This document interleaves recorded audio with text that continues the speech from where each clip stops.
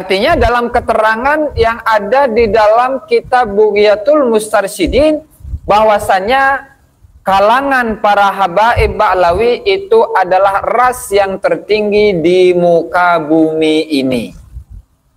Wali Songonya dianggap sebagai keluarganya, ya. Kemudian keturunan-keturunannya tidak diaku.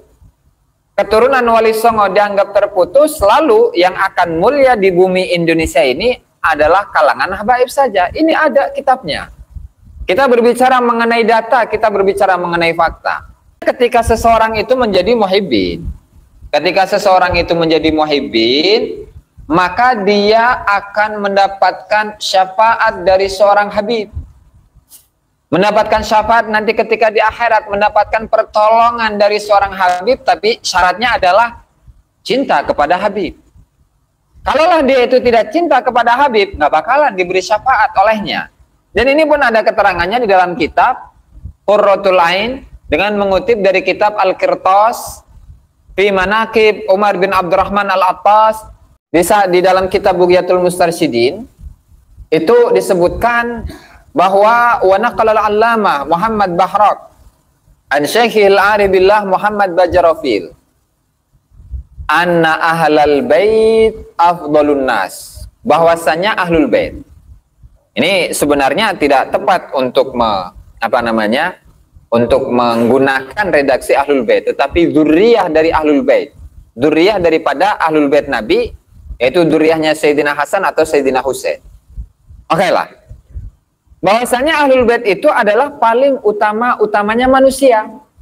Dzurriyyah Nabi Muhammad sallallahu alaihi wasallam itu adalah manusia yang terbaik. Oke? Ahlul bait atau keturunan Nabi Muhammad itu adalah manusia yang terbaik. Nah, lalu ada lanjutannya, wa al abi alwi afdalu ahlil bait, dan kemudian keluarga Ba'lawi atau keluarga para habaib itu adalah ahlul bait atau dzurriyyah Nabi yang terbaik. Kesimpulannya apa? Kesimpulannya bahwasanya para habaib itu adalah manusia yang terbaik yang ada di muka bumi ini.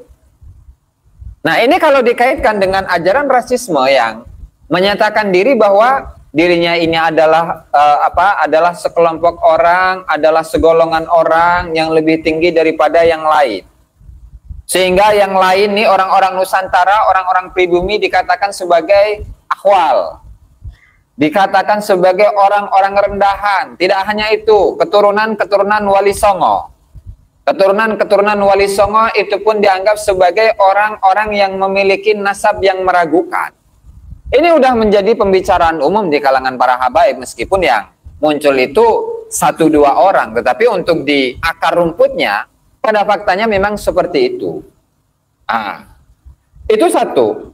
Artinya apa? Artinya dalam keterangan yang ada di dalam kitab Bughyatul Mustarsyidin, bahwasannya kalangan para habaib Ba'lawi itu adalah ras yang tertinggi di muka bumi ini.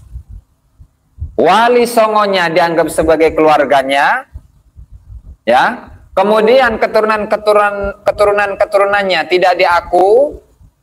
Keturunan Wali Songo dianggap terputus, lalu yang akan mulia di bumi Indonesia ini adalah kalangan habaib saja. Ini ada kitabnya. Kita berbicara mengenai data, kita berbicara mengenai fakta. Belum lagi dari kalangan habib, Naqabatul Ashraf kalau tidak salah itu pun juga pernah mengeluarkan surat edaran mengenai bahwasannya dzurriyyah Wali Songo itu tidak memiliki data. Nah, ini ajaran rasis apalagi kalau bukan ajaran rasis? Ini ajaran apa kalau bukan ajaran rasis? Nah, belum lagi dalam kitab yang lain, kitab An-Nahrul Maulud di halaman sebelumnya, An-Nahrul Maulud di Majmu' Kalab Habib Idrus bin Umar Al-Habsyi, di mana di sini ada kisah. Kalau dibaca satu persatu itu rada panjang. Saya ambil intisarinya saja, bahwa apa? Wa ammal ajam fa innama hum kal bahaim. Di mana orang ajam itu siapa? Orang yang non Arab, orang-orang Jawa, orang Sumatera, orang Kalimantan, orang Sulawesi, orang Cina, semuanya itu seperti binatang. Nah, semuanya itu seperti binatang, di mana mereka itu akan mengikuti atba kullu naik, di mana mereka itu mengikuti siapapun yang bersuara di antara mereka, atau siapapun yang mereka itu, atau mengikuti siapapun yang dapat mengaum. Nah, lalu ajaran apakah yang seperti ini bukan dianggap sebagai ajaran rasis? Nah, lalu untuk mengunggulkan ras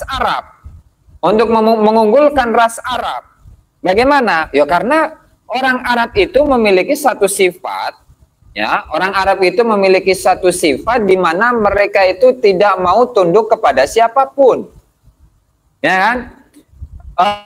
Maka di sini dikatakan fa inna ma hamalahum alal ikhtilaf, mereka selalu patgon, mereka itu selalu bertengkar, orang Arab itu selalu bermusuhan. Kemudian masing-masing dari mereka itu mengklaim dirinya lah yang paling pantas untuk menjadi pemimpin. Dan itu dianggap oleh Habib ini sebagai apa? Sebagai sifat-sifat yang sempurna.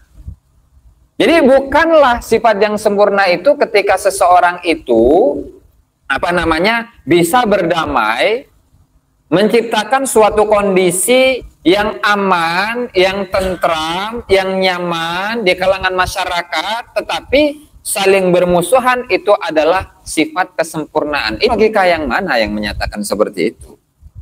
Artinya ajaran-ajaran seperti ini yang apalagi ketika menyatakan bahwa orang ajam itu adalah orang-orang yang seperti binatang, ini sudah ajaran rasis.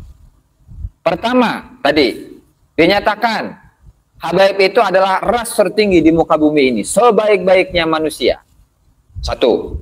Kemudian yang kedua di sini, di mana orang ajam disebut sebagai binatang. Padahal kita ini kan manusia. Sama-sama hidup di Indonesia, sama-sama makan di Indonesia, sama-sama tidur di Indonesia. Apalagi kemarin tuh waktu sebelum hari Lebaran, orang-orang yang tidak percaya dengan nasabnya Balawi disebut sebagai monyet. Astagfirullahaladzim. Padahal biasa itu, dia itu yang berkomentar itu, Rizik Syihab itu biasa untuk menganjing-babikan orang lain, mengiblis-ibliskan orang lain. Giliran saudaranya disebut dikit itu pun keceplosan, disebut monyet, ngamuknya minta ampun, bahkan minta perang. Nah itulah modal utama sebenarnya. Kenapa dia itu berani untuk mencaci maki orang lain? Karena nasab. Merasa dirinya adalah ras yang tertinggi, sehingga bisa untuk merendahkan siapapun yang tidak sesuai dengan pemikiran dirinya. Ini masih banyak sebenarnya ini. Ini saya ambil contoh dua sampel saja. Kemudian yang berikutnya, ajaran membuat kuburan palsu. Ajaran membuat kuburan palsu. Ini sudah marak ini. Sudah sangat marak di Nusantara, di Pulau Jawa khususnya. Itu kalau dihitung mungkin sudah ada ribuan. Itu tidak hanya perilaku dari seorang Habib saja, tapi dalam kitabnya pun ada mengajarkan itu. Dalam kitabnya itu pun juga mengajarkan untuk membuat kuburan palsu, di mana ketika seseorang itu tidak bisa untuk menziarahi kuburan seorang wali.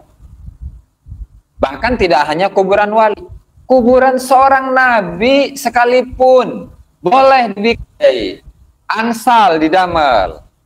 Makanya di sini coba kita ulas bersama-sama untuk lebih jelas ya. Ini di halaman berapa ini? Nggak ada halamannya.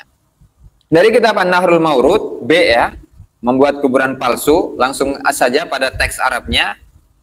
Wa kana yaqul, di mana Habib Idrus bin Umar Al-Habsyi mengatakan, yang bagi liman ajala an ziyarati ba'dil auliya, seyogyanya bagi seseorang yang tidak mampu untuk menziarahi kuburan sebagian wali, bal wal anbiya, bahkan yang tidak mampu untuk menziarahi sebagian kuburan nabi.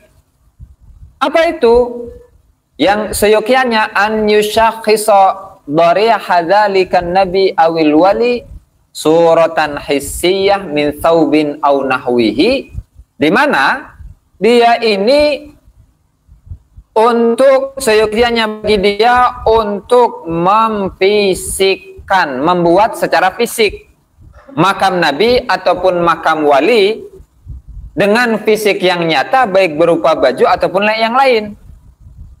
Kemudian bagaimana? Summa yastahdiru rohaniyatahu. Kemudian dia menghadirkan rohnya para nabi atau rohnya para wali. Wa yazuruhu, dan menziarahinya. Wa ya'malu ma ya'mal law hadara inda dharihihi, dan dia mengerjakan apa yang harus dikerjakan ketika dia berada di pinggir kuburannya. Artinya begini, misalkan kita itu ingin ziarah kemana? Ke kuburan, ke makamnya Nabi Muhammad Sallallahu Alaihi Wasallam di Madinah. Yang namanya ziarah, umroh plus ziarah ya, umroh plus ziarah, itu minimal kita punya uang saku ya 40 juta lah. Kan tidak semua orang punya uang segitu. Nah, maka menurut kitab ini silahkan untuk membuat kuburan, meskipun itu di samping rumah. Jadi bikin kuburan, ada patok kuburannya, ada nisannya.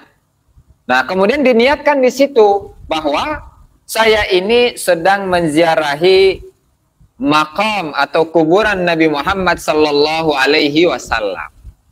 Nah, ini kira-kira ini menurut para hadirin, para kesubuhan, para kiai di sini, kira-kira ini akan rusak atau tidak tuh tatanan syariat Islam? Rusak, rusak.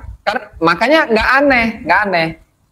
Di beberapa tempat, ini nggak tahu nih di Kabupaten Grobogan ini ada makam Habib palsu atau enggak ini? Makam palsu Habib ada atau enggak ini? Wonten nggih Yai? Wonten nggih? Belum lagi di mana itu, di Pati, belum di Jepara, belum di Solo, belum di Semarang, di mana-mana itu marak yang namanya kuburan palsu. Ternyata itu tidak hanya perilaku dari seorang Habib, tetapi ajarannya memang ada. Nah, tinggal ini diserahkan kepada para hadirin, para netizen semuanya, ya, untuk mempercaya atau tidak dengan keterangan yang ada dalam kitab ini. Silahkan. Datanya memang seperti ini, Habibnya mengajarkan hal tersebut, ya kan? Dan itu dicontohkan oleh Habibnya. Makanya di sini disebutkan wa kana sayyiduna yaf'alu dzalika, dan Habib Idrus bin Umar Al-Habsyi itu melakukan hal tersebut. Artinya ketika beliau itu memiliki suatu alasan, memiliki suatu halangan untuk menziarahi makam atau kuburan dari seorang wali atau seorang nabi, maka beliau membuat kuburan, kemudian menziarahinya, ya kemudian biasa tahlil hadratan ila hadrati Nabi Muhammad Sallallahu Alaihi Wasallam, biasa. Nah, itu biasa. Wa kana yaf'alu dzalika, dan itu dikerjakan, dilakukan oleh Habibnya. Nah, ada ini dalam kitabnya, itu silahkan dicek, dan kalau misalkan perlu untuk apa namanya file kitabnya, nanti bisa dikirim nanti. Nah, itu satu, untuk membuat kuburan palsu. Ini sesat ini. Kemudian berikutnya, memberi syafaat dan syarat mahabbah kepada Habib, dengan syarat mahabbah kepada Habib. Nah, artinya ketika seseorang itu menjadi muhibbin, maka dia akan mendapatkan syafaat dari seorang Habib. Mendapatkan syafaat nanti ketika di akhirat, mendapatkan pertolongan dari seorang Habib, tapi syaratnya adalah cinta kepada Habib. Kalaulah dia itu tidak cinta kepada Habib, nggak bakalan diberi syafaat olehnya.